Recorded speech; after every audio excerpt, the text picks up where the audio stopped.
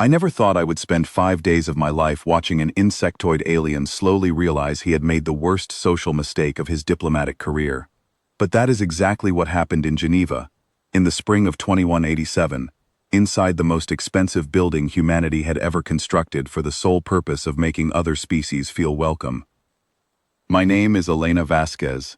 I am a UN Interspecies Liaison Officer, which is a title that sounds impressive until you understand that my actual job is to smile at creatures who think humans are fascinating the way children think ants are fascinating, interesting to observe, easy to step on. The man assigned to protect me during the Vorath summit was Sergeant Marcus Cole. I was given a single sheet of paper about him: former ISOC operative, decorated service record, current assignment, close protection detail. The paper did not mention anything else, and at the time, I did not think to ask. He was waiting outside my office door on the first morning. Tall, lean, with a scar that ran from the left side of his jaw all the way down to his collarbone. He was wearing a plain gray coat and holding a coffee cup like a man standing in his own kitchen. Nothing about him suggested he was prepared for anything. Nothing about him suggested he was unprepared either. He simply existed in the space he occupied with a kind of total, unhurried calm that I had never seen in another person before. He looked at me. I looked at him. He said, "Ready when you are." That was the most he spoke in the first 2 days. Ambassador Cathara of the Vorath Collective arrived that afternoon with the energy of someone who had never once considered that a room might not want them in it. He was 7 feet tall, with a hard outer shell the color of dark amber, 4 upper limbs, and a crest of rigid plates on his head that rose when he was pleased with himself. It rose a lot. His translator AI, a smooth silver unit called Aria, that hovered near his shoulder, announced his arrival with a list of his titles that took nearly a full minute to complete. I stood at the reception line and smiled the way I had been trained to smile. Professional, warm, absolutely empty of any personal feeling. Cathara looked past me almost immediately and fixed his large compound eyes on Cole, who was standing 4 feet behind my left shoulder, holding nothing, saying nothing, looking at a point somewhere above the ambassador's head. "Is that your guard creature?" Cathara asked, through Aria's smooth translation. He said the word creature, the way someone might say decoration, something placed in a room for appearance, not function. "Sergeant Cole is my security detail," I said. Cathara tilted his crest and looked at the scar on Cole's jaw. "It looks damaged." I kept my smile in place. "He's had an active career." Cole said nothing. He did not react. His eyes moved from the point above Cathara's head to the point above my head, doing a slow, continuous sweep of the room, the way a lighthouse does a coastline. Automatic, tireless, already done with the conversation before it started. The summit began the next morning. 12 species representatives seated around a table, built to accommodate bodies of very different sizes and shapes. The Vorath delegation sat across from us. Cathara dominated his side of the table, the way a sun dominates a solar system. Everything organized around his gravity. The discussions were about resource rights, specifically the asteroid belt designated HR-7, which held enough rare minerals to supply humanity's colony ships for the next 40 years. The Vorath wanted exclusive access. We needed shared rights. The gap between those two positions was where the next 5 days were going to live. At the formal dinner on the second evening, Cathara spoke to the gathered delegates during a pause between courses. He gestured toward the human side of the room, his upper limbs moving in an elegant arc that his culture used to indicate fond condescension. "The humans are a young species," he said, and Arya translated it into every language simultaneously. "They bring their best efforts. One notes, however, that they also bring their broken ones to guard their soft ones." He let his crest rise. Curious tradition. Quiet amusement moved through several of the alien delegations. Not all of them, but enough. I felt something hot move through my chest. I breathed through it. I looked at my plate. Then I looked back at Cole. He was standing near the wall, 4 feet behind my chair. He had heard everything. Arya's translation had filled the room. He was looking at a spot on the far wall with the same patient, unhurried focus he gave everything. Then, as if he felt my eyes on him, he looked at me. He gave me a small nod, the kind that means, "I am fine. Continue." I turned back to the table. I continued. General Hana Osei arrived the following morning for a routine security briefing. She was a compact woman with close-cropped gray hair and the kind of posture that made every room feel like it had straightened up slightly for her arrival. When she walked into the corridor where Cole was standing, she stopped. Something moved across her face. Not surprise. Something older than surprise. "Sergeant," she said. "General," he said. That was the entire exchange. But the way she said that one word, "Sergeant," it carried weight that I could feel from 6 feet away. It was the voice of someone who had read a file they could not forget. I pulled her aside afterward. I asked her what she knew about Cole. She looked at me for a long moment. "Look up Operation Dusk Meridian," she said. "After that, don't ask me again." I looked it up that night on my secured terminal. The file existed. It was classified at a level so high that I could not see its contents, could not see a summary, could barely confirm that it was real. What I could see was a single line of administrative text confirming that the record was sealed by order of UN command and that access required authorization from the Secretary General's office directly. I closed the terminal and sat with that for a while. The next day, Kethara stood too close to me during a recess. In Vorath culture, physical proximity without invitation is a way of establishing hierarchy. It is deliberate. It says, "I am larger than you, and I want you to feel it." Cole moved.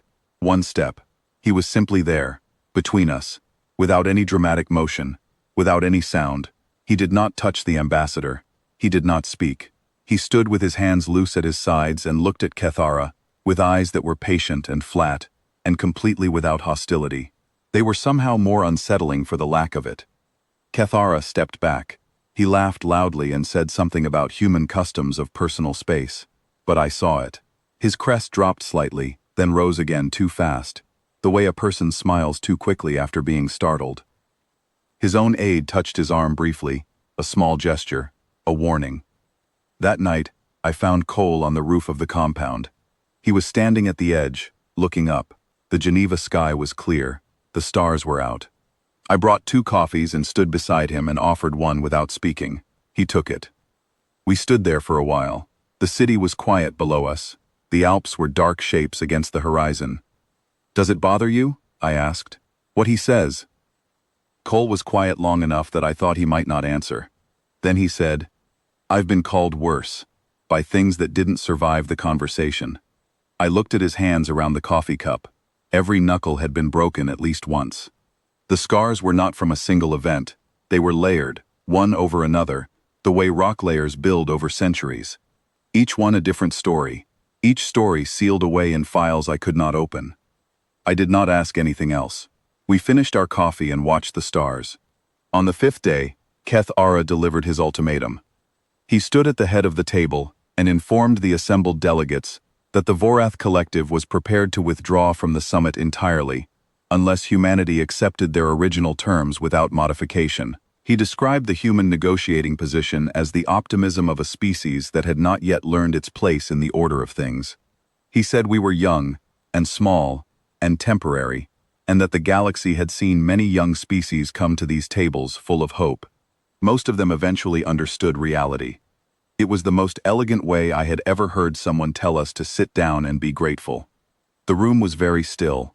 I was preparing my response, measuring each word carefully, when Arya made her error. In Vorath diplomatic protocol, translator AIs are programmed to provide contextual background on key individuals during formal addresses, pulling data from the galactic shared database to help delegates understand who they are speaking with. It is a feature designed to build rapport. Arya activated it automatically as Kethara finished speaking, scanning the humans present. She began reading. Most of the entries were brief. Professional titles, years of service, educational backgrounds. Then she reached Cole. The room changed. Arya's voice filled the space, calm and precise, and utterly indifferent to what she was saying. Attached security personnel. Marcus Cole, former ISOC Tier 9 operative. Confirmed participant. Operation Dusk Meridian. Confirmed participant. Kepler Station Incident.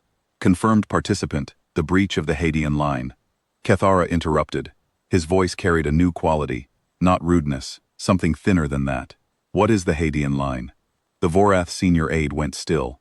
Not the stillness of thought. The stillness of a person who has just heard a word they did not expect to hear in this room. He leaned toward Kethara and spoke rapidly in their dialect. Very quietly. Arya did not translate it, she was still reading. Kethara's coloring changed.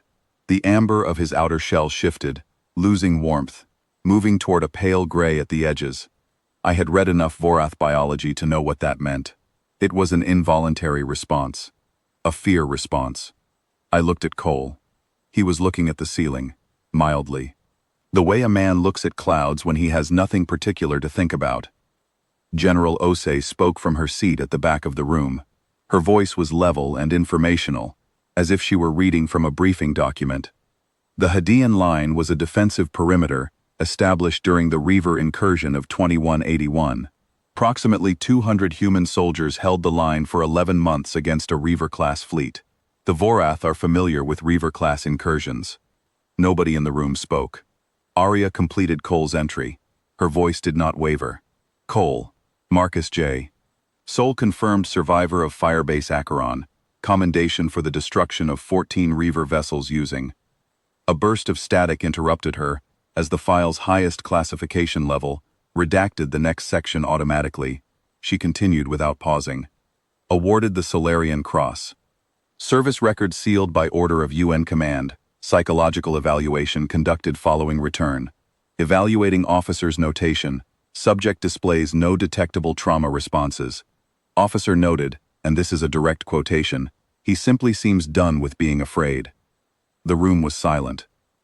Not the polite silence of a pause between speakers, the deep, breathless silence of people absorbing something that has reorganized the space around them. Kethara was staring at Cole. Cole turned his head slowly and looked back at the ambassador. He did not perform anything. He did not straighten his posture or set his jaw or arrange his face into anything deliberate. He simply looked, with those flat, patient, unhurried eyes, and waited to see what the ambassador would do with the information he had just received. The Vorath senior aide gripped Kethara's arm. He said something. Arya did not translate it. Whatever it was not for this room. I understood, in that moment, what the Vorath knew about the Reavers that most humans only knew in theory.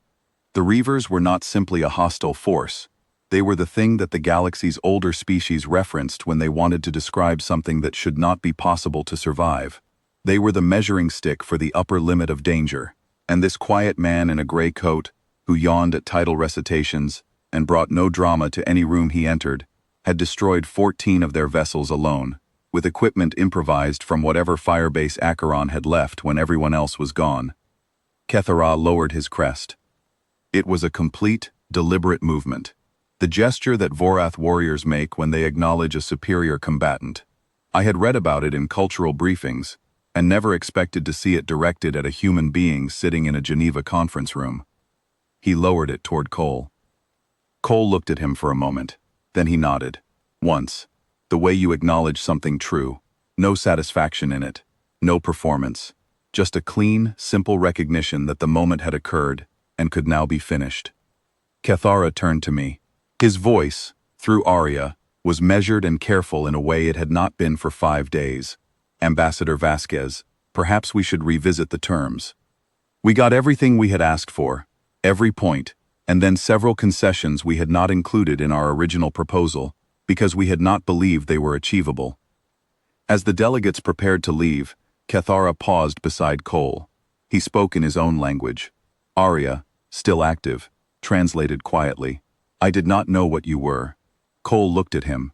When he spoke, it was the first time he had directly addressed the ambassador in 5 days.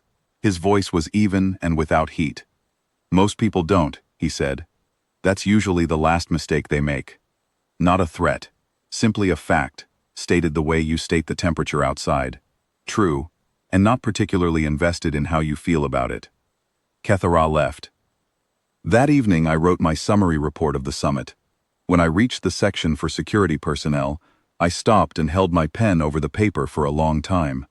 Then I wrote, Sergeant Cole performed all duties as assigned. I went to find him. He was on the roof again.